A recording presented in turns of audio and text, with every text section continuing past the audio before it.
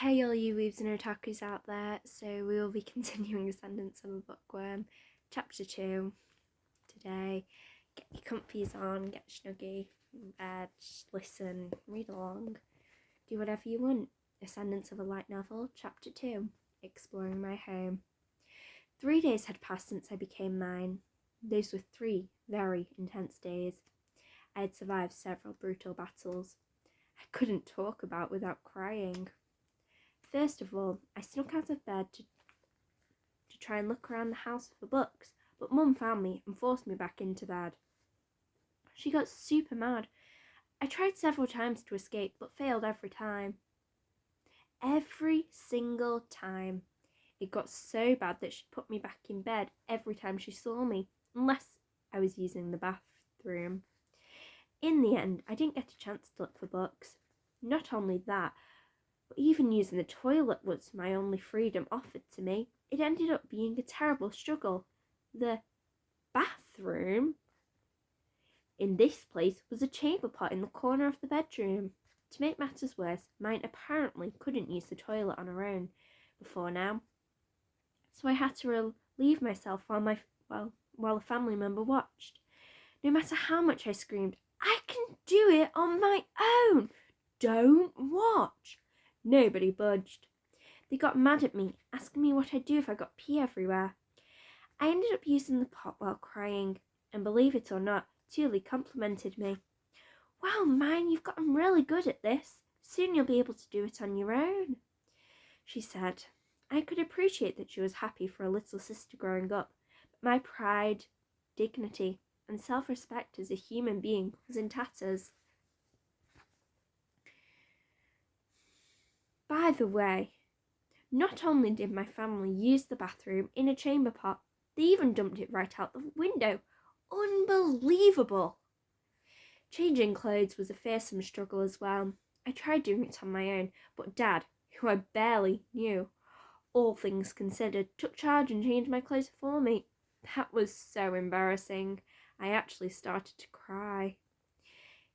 Insisting I could do it on my own, but he interpreted that as me throwing a tantrum. Absolutely unbelievable. Since my original dad had died when I was young, I didn't really understand how to interact with a father. Although mine's memories told me I loved him, I could only see him as a mean-looking, muscular guy. He was super strong thanks to working as a soldier, and all my resistance was crushed before his might. 3 days of constantly losing to my family resulted in my young maidenly heart and sense of shame getting torn to shreds. I'm a young girl. My family has to take care of me. This is just how things have to be. If I don't like that, I'll just die. I can't take this any longer. This life is too much. Also, I screamed in my head. But there was really no helping my situation. Even if I ran away from home, a weak, sickly girl like me wouldn't be able to do anything on her own. I just ended up running through the streets in search of a shower, screaming in horror as waste raining from above, until I eventually die miserably of hunger. Although I may have sounded like I'd experienced nothing but failure here, that wasn't the case. I still had my own small victories. For example, being able to bear my own filth. I asked Thule to wipe down my body over with a warm cloth each day, and she accepted. I mean, if I'm going to get stripped anyway, why would I not have her wipe me clean? I'm past the point of shame. I wonder if the people of this world have something against wiping each other's bodies. Thule looked at me really weirdly. Each time she did it, but I felt great. The hot water in the bucket ended up filthy the first day, but lately it always ended up more clear. That said, my head was still itchy. I knew we didn't have any, but I wanted shampoo. There was something else I managed to get to. A hair stick to keep my hair together. I asked for a wooden stick to keep my long, straight hair from getting everywhere, and Thule actually carved one out of a piece of wood for me. The first thing I did was find Thule's doll and ask if I could snap its leg off, which made her cry. I do feel bad about that. But to be fair, even though it was precious to her with pieces carved of wood by Dad and clothes sewn by Mum, it kind of just looked like a cheap toy to me. I didn't know it was so important at a glance. Anyway, I rolled my hair into a bun, but Thule told me that only adults were allowed to wear the hair up like that, so I settled on a half-up hairstyle. This world's culture is so different. I was stuck humiliating myself every day, so the only thing left for me to do was get on my own 2 feet and improve things however I could. To that end, I needed books. The first step to improving my life here would be getting books. With books, I wouldn't mind spending my whole life in bed, and I could deal with the harsher aspects of life. I would. So I decided to explore my home today through any means necessary. I hadn't read any books in a long time, and withdrawal symptoms started to begin to show. It wouldn't be long before I started screaming, "Books! Give me books!" while sobbing and flailing. "Mine, are you asleep?" Julie opened the door and popped her head in. After seeing that I was still quietly lying in bed, she nodded to herself in satisfaction. Over the past 3 days, I consistently snuck out of bed after waking up and tried looking for books. So both Mum and Thule, who had been taking care of me most of the time, were completely on guard. Thule in particular was desperate to keep me in bed while Mum was at work throughout the day, since she had been entrusted with babysitting me. My small body was incapable of beating Thule, no matter how hard I tried to run away. One day I'm going to ascend out of here. What was that, mine? I just said I can't wait to grow up. Thule, naturally not noticing the truest intent behind my sugar-coated words, gave me a troubled smile. You get a lot bigger once your sickness goes away. You're sick all the time, so you barely eat. Sometimes people think you're 3 years old, even though you're already 5. What about you, Thule? I'm 6 years old, but a lot of people think I'm 7 or 8, so I think I'll be okay. We were born a year apart, and there's such a difference between us. Looks like my ascension might end up being a little bit harder than I thought, but I won't give up. I'll clean this place up, eat carefully, and get healthy in no time. Mum meant to work, so I'm going to wash the dishes. Don't get out of bed, okay? No matter what. You won't get better if you don't sleep.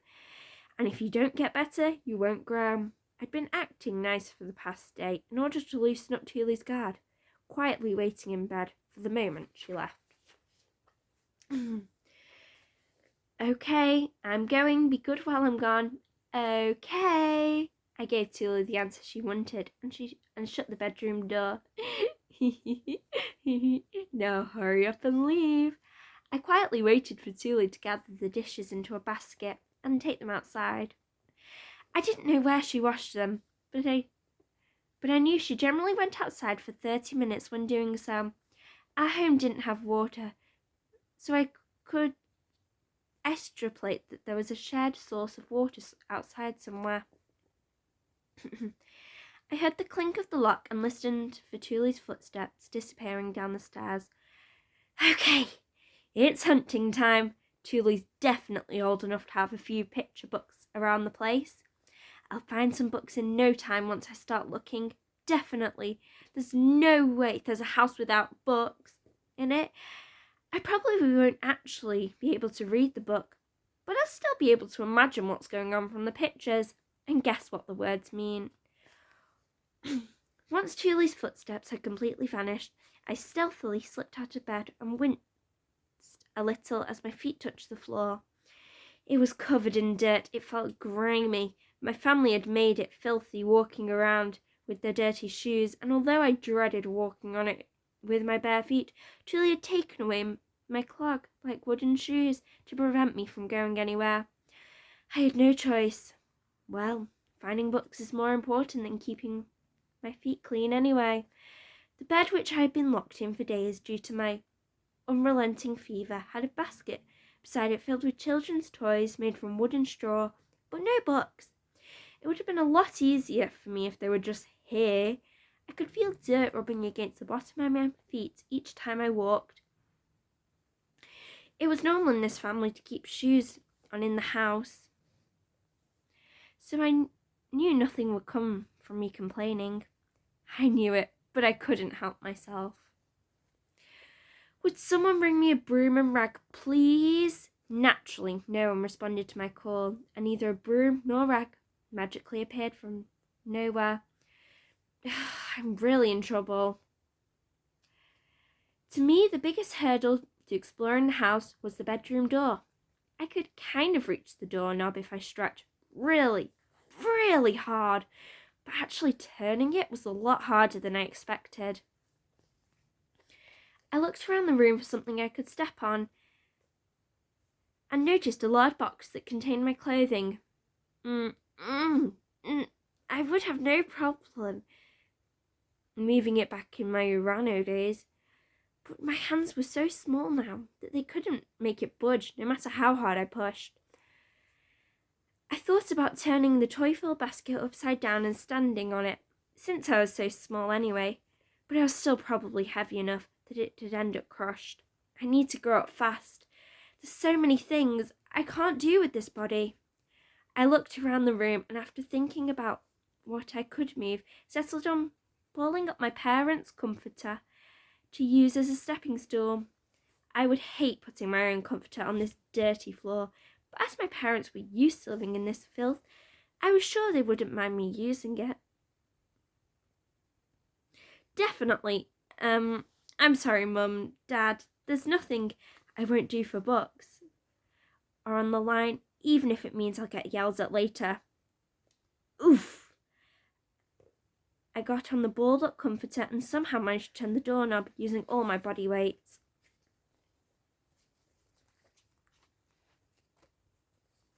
The door opened with a crack towards me. Ah! I'd been pulling down on the handle with my body weight and the door shot towards me.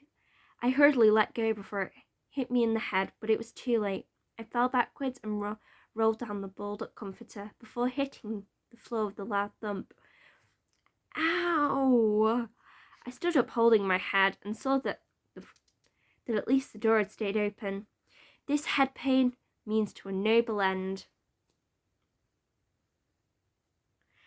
I slipped into the open crack and shoved the door all the way open, sliding my parents' comforter across the floor. It looked like that part of the floor had suddenly gotten cleaner, but I pretended I hadn't seen anything. I hadn't intended to make the comforter that much dirtier. Oh, I'm really sorry. Oh, it's the kitchen. I left the bedroom and saw there was a kitchen right outside it. Well, it wasn't exactly fancy enough to be called a kitchen. It was like a place you could choose to cook, but wouldn't really want to.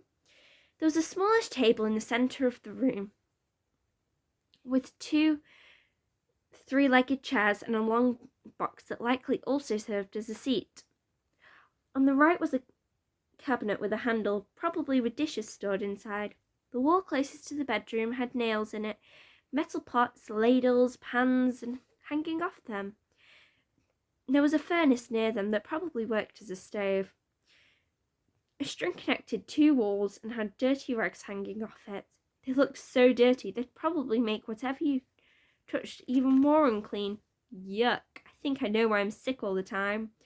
The corner opposite the furnace had a large water jug and a sink-like basin. As expected, there was no running water.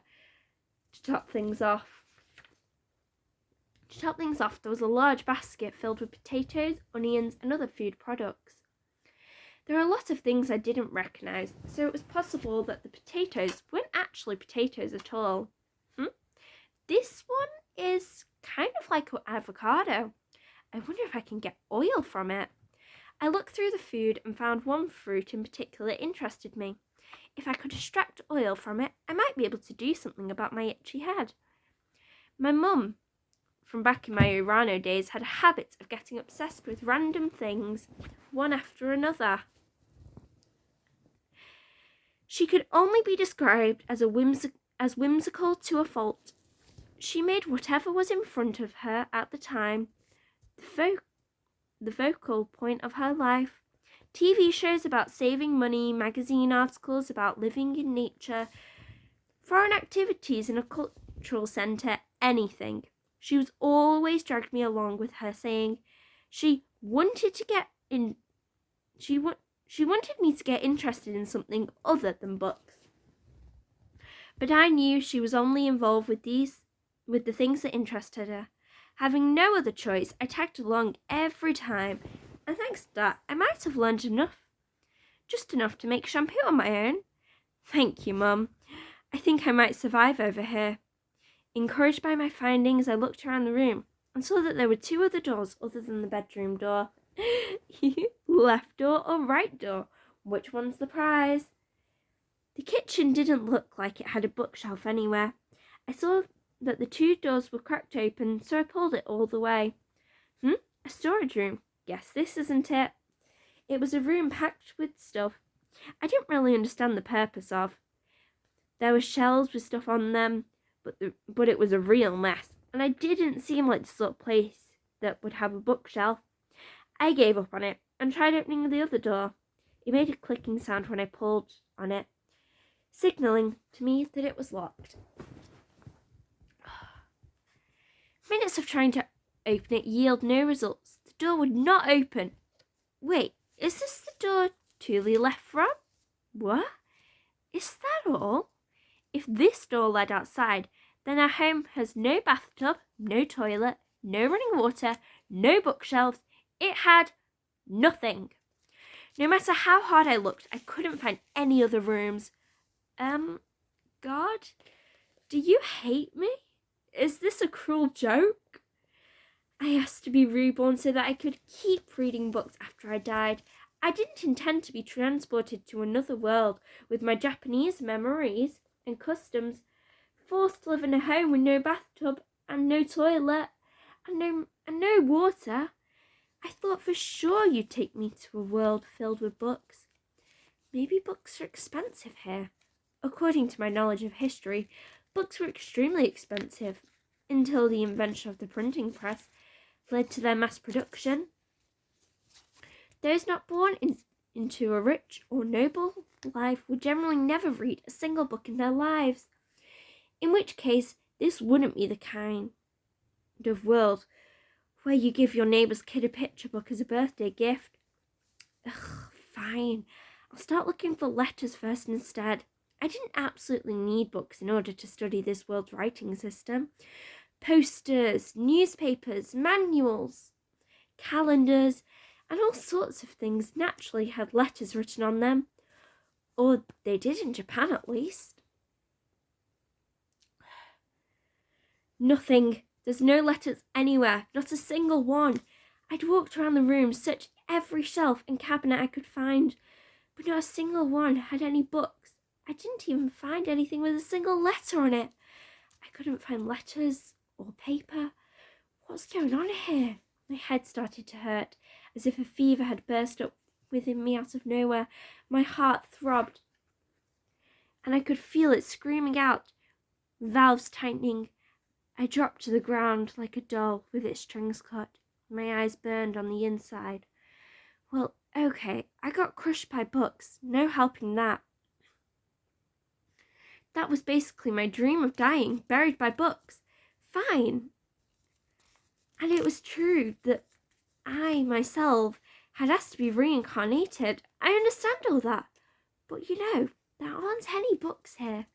There aren't even letters, not even paper. Can I really live in a place like this? Do I have any reason to live here? A tear dripped down my cheek. I had never once thought about a world without books. Such a thing was unfathomable to me. And yet here I was, unable to think of a single reason to live in this world as mine. I felt my insides go hollow. I couldn't stop crying. Mine, why aren't you in bed? Don't walk around without your shoes. Julie had gotten home at some point and seeing me on the kitchen floor, shouted with the blue eyes wide in anger. Truly, there aren't any books. What's wrong? Are you feeling okay? Truly, I want books. I want to read books. I want to read them so much, but there aren't any books. Truly called out to me, worried, as tears dripped down my cheeks. But she was completely used to a world without books. She wouldn't understand my pain, no matter what I said to her. Is there anyone out there who can understand me? Anyone who knows where I can go to get books? Someone, tell me, please. That's the end of that chapter. It's part 1, volume 1 of Ascendance of a Bookworm, Daughter of a Shoulder. If you've made it this far in the video, thank you. My voice hasn't been the best today. I've got a bit of a cold. I'm losing my voice a bit, so if tomorrow or something there's no video, well, that's why. Well, thank you if you made it this far in the video. Make sure to tune in for the rest of Ascendance of a Bookworm light novel. Thank you. Bye.